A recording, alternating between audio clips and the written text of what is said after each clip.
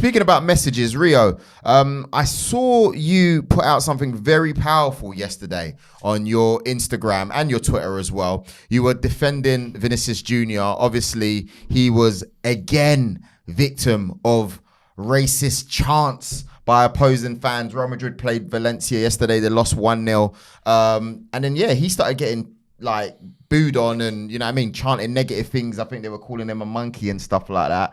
And he comes out and the guy's in tears.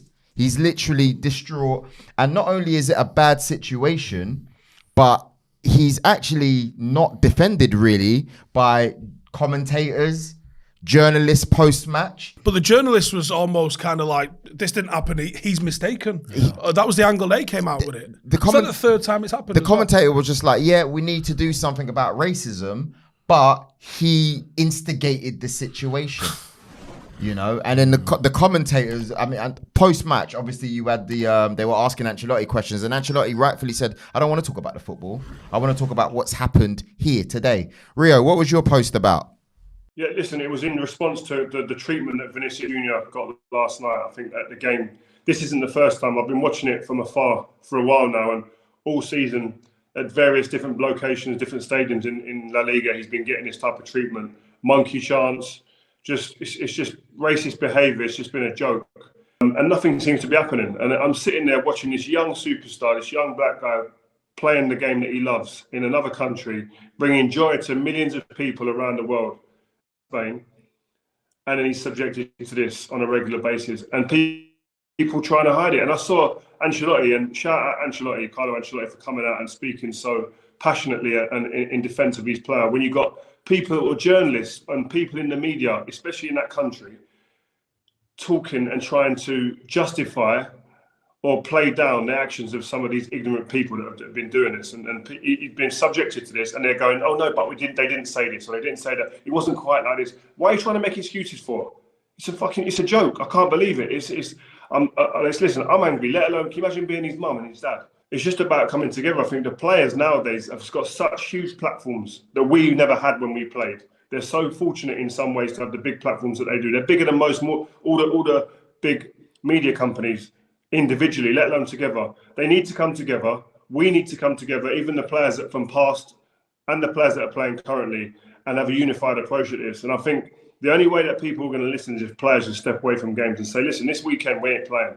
Until your rules and regulations are bang in place where the perpetrators, the people that shout this stuff, and the clubs get punished properly, and the repercussions are of a standard that we all agree on, then there's games that are going to be missed in the calendar. And that means that there'll be money that will be coming out of the pockets of these big corporations that then they have to listen to. Because until that happens, these guys are going to go, they're going to make a little bit of noise now. We're all going to get behind someone and make a little text like we have this weekend. Few messages on social media, and it gets swept under the carpet again. The players nowadays don't realise, they've got to realise how powerful they are. They have the power now. With all of these big platforms, all of the fans that can see and understand the narrative that they push out, it can't be skewed by anyone in the media who's controlling it, sitting behind the table.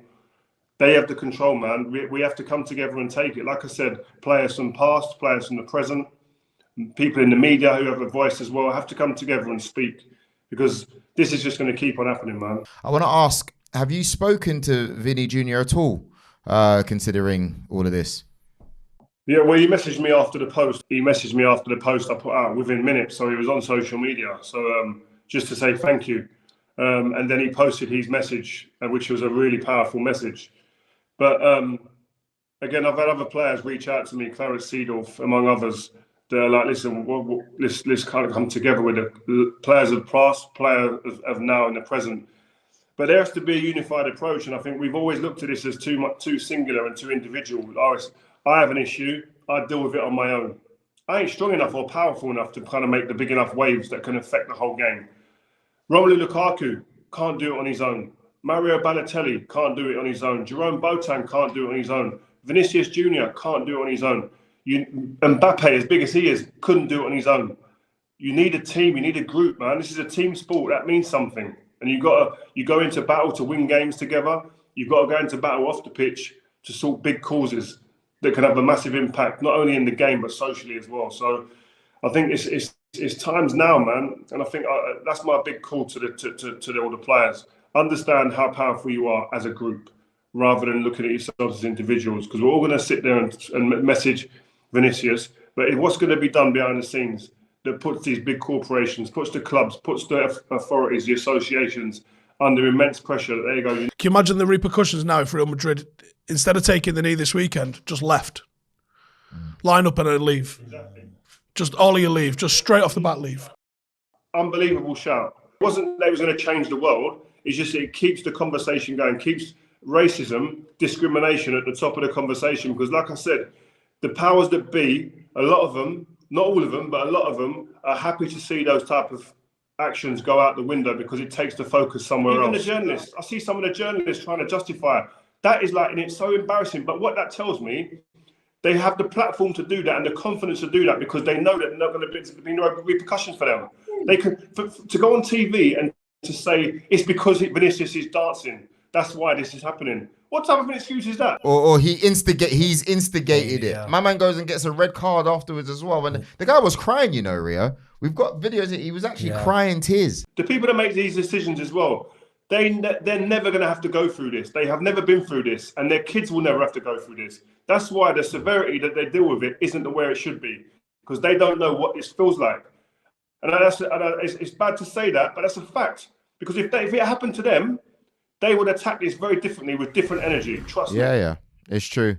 So hang on, La Liga go, oh, it's on the club. The club go, oh, it was on the fans. And the fans go, oh, we don't know who said it. La Liga need to circle this all in and go, cool, until you fix it, you don't get to have fans in your stadium. Because clearly you can't be trusted to have fans in your stadium. So now you play empty stadiums. Real Madrid can bring their away fans. That's it.